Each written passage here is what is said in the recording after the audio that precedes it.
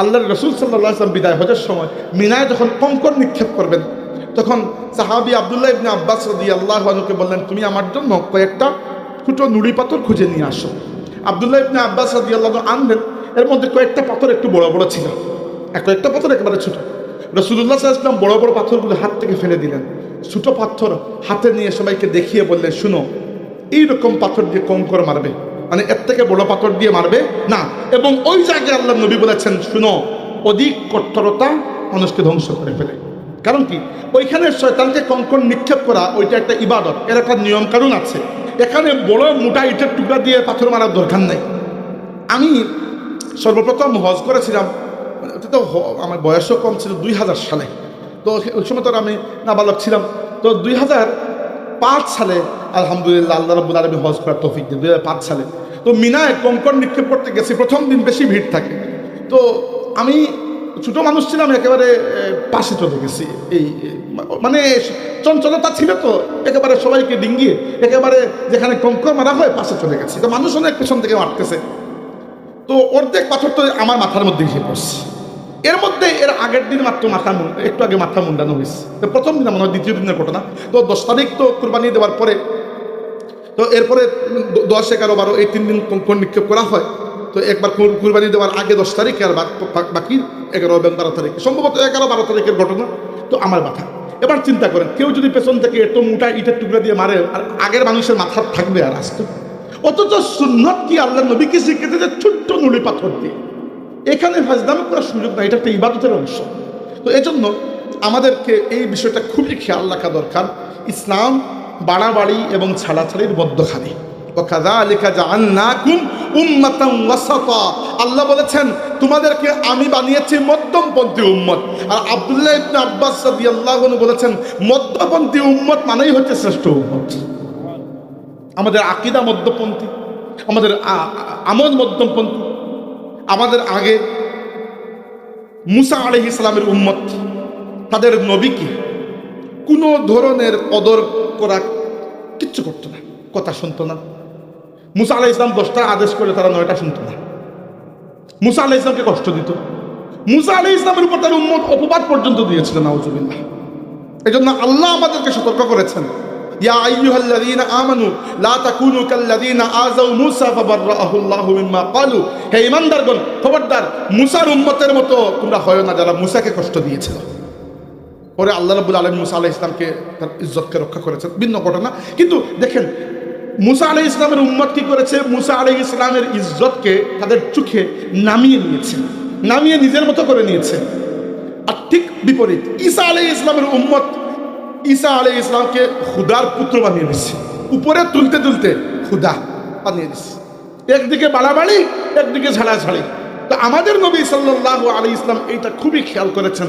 ইন্তেকালের আগে আগে আমাদের নবী সাল্লাল্লাহু আলাইহি ওয়াসাল্লাম আমাদেরকে আবার সতর্ক করে গেছেন, দেখো আমার মর্যাদাকে সেই পর্যায়ে নিও না যেভাবে ওই নবীদের উম্মতেরা তাদের মর্যাদাকে বাড়াবাড়ি এবং ছাড়াছাড়ি পর্যায়ে নিয়ে গেছে। ইন্নী আবদুল্লাহি ওয়া রাসূলুহু কুলু আবদুল্লাহি ওয়া রাসূলুহু, আমি আল্লাহর বান্দা এবং রাসূল, আমাকে আল্লাহর বান্দা এবং রাসূল বলবে। এজন্য আমরা বলি ও আশহাদু আন্না মুহাম্মাদান আবদুহু ওয়া রাসূলুহু, সাক্ষী দিচ্ছি আমি যে মুহাম্মদ সাল্লাল্লাহু আলাইহি ওয়াসাল্লাম আল্লাহর বান্দা। আল্লাহর বান্দা অতএব তিনি কখনো খুদা হতে পারবেন না। ওয়া রাসূলুহু, এবং তিনি আল্লাহর রাসূল।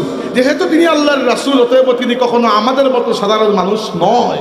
তো আমাদের আকীদা বাড়াবাড়িও নয়, ছাড়াছাড়িও নয়। ওয়া কাযালিকা জাআলনাকুম উম্মাতান ওয়াসাতা, এমন ভাবে আল্লাহ তোমাদেরকে মধ্যমপন্থী উম্মত বানিয়ে দিয়েছেন। আমাদের আমলও মধ্যমপন্থী, না অধিক বাড়াবাড়ি না অধিক ছাড়াছাড়ি। সাহাবী আব্দুল্লাহ ইবনে আমর ইবনে আস রাদিয়াল্লাহু আনহু বিয়ে করলেন। তার বউ অভিযোগ করলেন আল্লাহ নবী সাল্লাল্লাহু আলাইহি ওয়াসাল্লামের কাছে, ইয়া রাসূলুল্লাহ, আপনার সাহাবী না রাতে আমার কাছে আসেন না দিনে আমার কাছে আসেন, তিনি নিজের স্ত্রীর কাছেই যান না। কি জন্য? তিনি সারা রাত নফল নামাজ পড়েন আর প্রত্যেক দিন রোজা রাখেন। এইটা শুনে রাসূলুল্লাহ সাল্লাল্লাহু আলাইহি ওয়াসাল্লাম খুশি হয়ে শাবাশি দেওয়া তো দূরের কথা, উল্টা রাগ করে ফেললেন এবং ডেকে নিয়ে জিজ্ঞেস করলেন, আব্দুল্লাহ, আমার জীবন কি তোমার কাছে পছন্দ না? আমি রাতে কিছু সময় ঘুমাই, কিছু সময় ইবাদত বন্দেগী করি, এবং আল্লাহর রাসূলের স্ত্রীরাও রয়েছিলেন। এবং আমি মাঝে মধ্যে নফল রোজা রাখি, মাঝে মধ্যে নফল রোজা ছাড়ি। তার মানে ইসলামে না বাড়াবাড়ির অনুমতি আছে, আর কেউ তো ছাড়তে ছাড়তে ফরজ নামাজও ছেড়ে দিচ্ছে না, এইটার অনুমতি আছে না ওইটার অনুমতি আছে। ইসলাম একটা মধ্যপন্থী। এইভাবে কেন বললাম এটা একটু গুরুত্ব দিয়ে, যারা দুনিয়ার জীবনে সফল, কখনো মনে করবেন না যে দুনিয়ার জীবনের সফলতা কোনো অপরাধ না, এটা অপরাধ না। যদি হালাল পথে সফলতা আসে কোনো অপরাধ নয়। আল্লাহ তাবারাকা ওয়া তাআলা যারা দুনিয়াবী জীবনেও অর্থবিত্ত বা অন্যান্য দিক থেকে সফল, এদের দ্বারাও তো ইসলামের খেদমত হয়েছে, হয় নাই? আবু বকর রাদিয়াল্লাহু আনহু ধনী ছিলেন।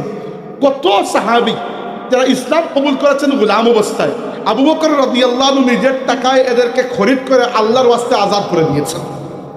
আপনারা খালি বিলাল রাদিয়াল্লাহু আনহুর ব্যাপারে জানেন, শুধু বিলাল নয়, এরকম বহু সাহাবীকে আবু বকর রাদিয়াল্লাহু আনহু নিজের টাকায় কিনে আজাদ করে দিয়েছিলেন। উসমান রাদিয়াল্লাহু আনহু বদর, উহুদ, খন্দক থেকে নিয়ে বিশেষ করে ওই হুনাইনের তাবুকের যুদ্ধে, তাবুক অভিযানের সময় উসমান রাদিয়াল্লাহু আনহু কয়েক হাজার দিরহাম এবং কয়েকশো উট একা নিজে দিয়ে দিয়েছেন। রাসূলুল্লাহ সাল্লাল্লাহু আলাইহি ওয়াসাল্লাম বলেছেন, উসমান আজকের পর থেকে তুমি যা ইচ্ছা করো, আল্লাহ তোমার জন্য অলরেডি জান্নাত নির্দিষ্ট করে দিয়েছেন। সাহাবী সাদ ইবনে উবাদা রাদিয়াল্লাহু আনহু মদিনার আনসারদের মধ্যে সবচেয়ে ধনী ছিলেন। মুহাজির সাহাবী যারা মক্কা শরীফ থেকে হিজরত করে মদিনা শরীফে গেলেন, প্রথম দিকে এদের অনেকেরই খাওয়া দাওয়ার ব্যবস্থা একা সাদ ইবনে উবাদা রাদিয়াল্লাহু আনহু করতেন। উবাইদুল্লাহ ইবনে আব্বাস রাদিয়াল্লাহু আনহু সাহাবী, আব্দুল্লাহ ইবনে আব্বাসের ছোট ভাই এবং আল্লাহর রাসূলের চাচাতো ভাই। উবাইদুল্লাহ ইবনে আব্বাস রাদিয়াল্লাহু আনহু এত ধনী ছিলেন, প্রত্যেক দিন তিনি একটা এবং পরবর্তীতে 2টা উট কুরবানি দিতেন মক্কা শরীফে মেহমানদের জন্য, এত রকম ধনী ছিলেন। তো আল্লাহ রাব্বুল আলামিন এদের দ্বারাও তো ইসলামের বড় খেদমত করিয়েছেন। তো এটা কোনো অপরাধ নয় যদি আপনি হালাল পথে থাকেন।